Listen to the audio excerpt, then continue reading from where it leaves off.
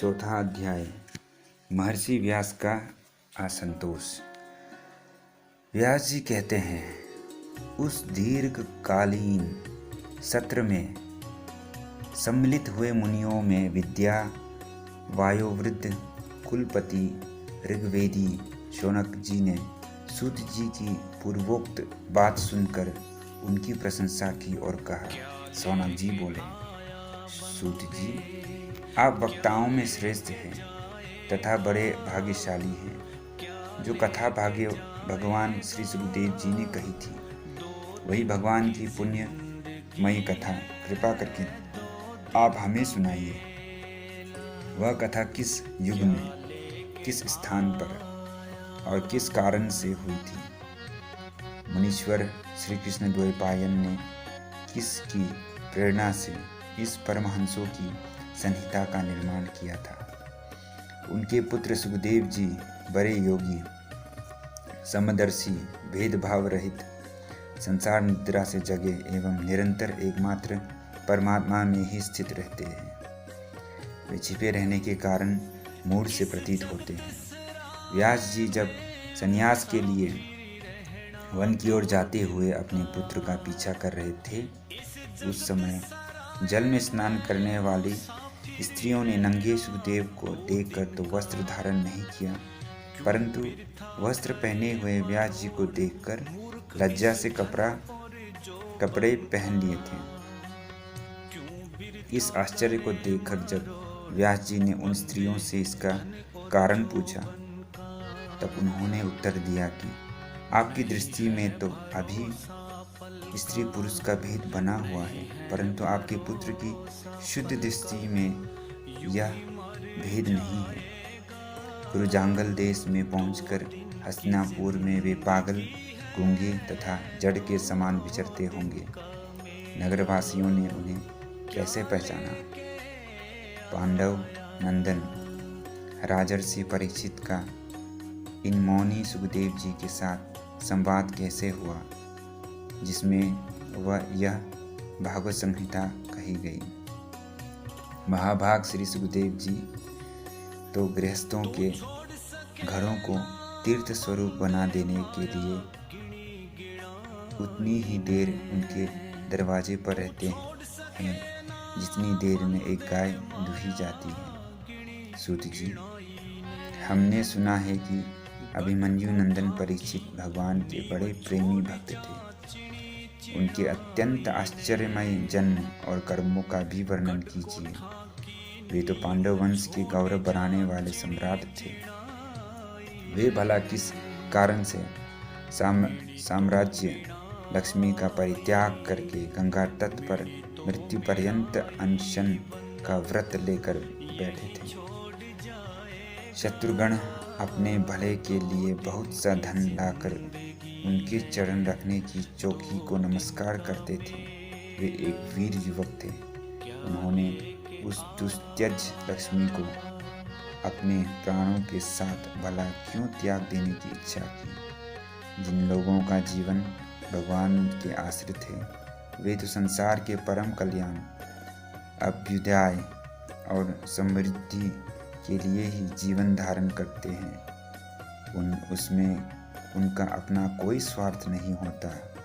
उनका शरीर तो दूसरे के हित के लिए था।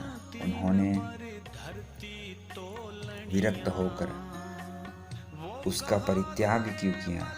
वेदवाणी को छोड़कर अन्य समस्त शास्त्रों के आप पारदर्शी विद्वान हैं सूत जी। इसीलिए इस समय जो कुछ हमने आपसे पूछा है, वह सब कृपा करके हमें कहिए। सूत जी ने कहा, इस वर्तमान चतुर्युगी के तीसरे युग द्वापर में महर्षि पराशर के द्वारा वसु कन्या सत्यवती के गर्भ से भगवान के कलावतार योगीराज व्यास जी का जन्म हुआ। एक दिन वे सूर्योदय के समय सरस्वती के पवित्र जल में स्नान आदि करके एकांत पवित्र स्थान पर बैठे हुए थे। महर्षि भूत और भविष्य को जानते थे। उनकी दृष्टि अचूक थी। उन्होंने देखा कि जिसको लोग जान नहीं पाते, ऐसे समय के फेर से प्रत्येक युग में धर्म संकरता और उसके प्रभाव से भौतिक वस्तुओं की भी शक्ति का ह्रास होता रहता है। संसार के लोग श्रद्धाहीन और शक्ति रहित हो जाते हैं। उनकी बुद्धि कर्तव्य का ठीक ठीक निर्णय नहीं कर पाती और आयु भी कम हो जाती है। लोगों की इस भाग्यहीनता को देखकर उन मुनीश्वर ने अपनी दिव्य दृष्टि से समस्त वर्णों और आश्रमों का हित कैसे हो इस पर विचार किया। उन्होंने सोचा कि वेदोक्त चतुर्होत्र कर्म लोगों का हृदय शुद्ध कराने वाला है। इस दृष्टि से यज्ञों का विस्तार करने के लिए उन्होंने एक ही वेद का 4 विभाग कर दिए। व्यास जी के द्वारा ऋक्, यजु, साम, अथर्व इन 4 वेदों का उद्धार पृथक्करण हुआ। इतिहास और पुराणों को 5वां वेद कहा गया है। उनमें से ऋग्वेद के पैल, साम गान के विद्वान जैमिनी एवं यजुर्वेद के एकमात्र स्त्रातक वैशंपायन हुए। अथर्ववेद में प्रवीण हुए दारुनंदन सुमंतु मुनि। इतिहास और पुराणों स्त्रातक मेरे पिता रोमहर्षण थे। इन पूर्वोत्तर ऋषियों ने अपनी अपनी शाखा को और भी अनेक भागों में विभक्त कर दिया। इस प्रकार शिष्य प्रशिष्य और उनके शिष्यों द्वारा वेदों की बहुत सी शाखाएं बन गई। कम समझ वाले पुरुषों पर कृपा करके भगवान वेद व्यास ने इसीलिए ऐसा विभाग कर दिया कि जिन लोगों को स्मरण शक्ति नहीं है या कम है वे भी वेदों का धारण कर सकें। स्त्री, शूद्र और पतित द्विजाति तीनों ही वेद श्रवण के अधिकारी नहीं हैं। इसलिए वे कल्याणकारी शास्त्रोक्त कर्मों के आचरण में भूल कर बैठते हैं। अब इसके द्वारा उनका भी कल्याण हो जाए, यह सोचकर महामुनि व्यास जी ने बड़ी कृपा करके महाभारत इतिहास की रचना की।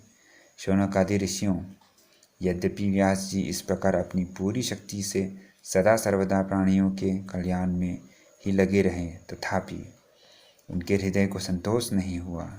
उनका मन कुछ खिन्न सा हो गया। सरस्वती नदी के पवित्र तट पर एकांत में बैठकर धर्मवेत्ता व्यास जी मन ही मन विचार करते हुए इस प्रकार कहने लगे।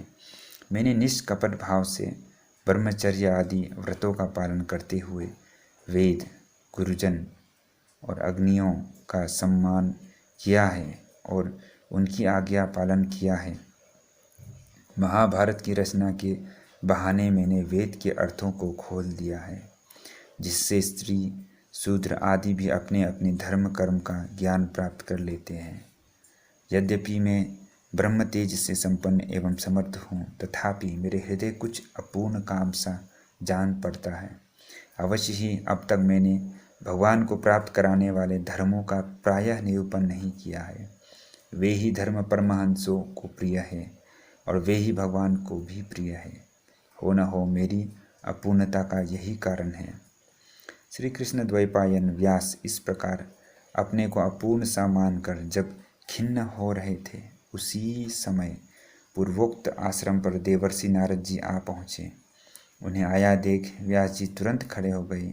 उन्होंने देवताओं के द्वारा सम्मानित देवर्षि नारद की विधि पूर्वक पूजा की।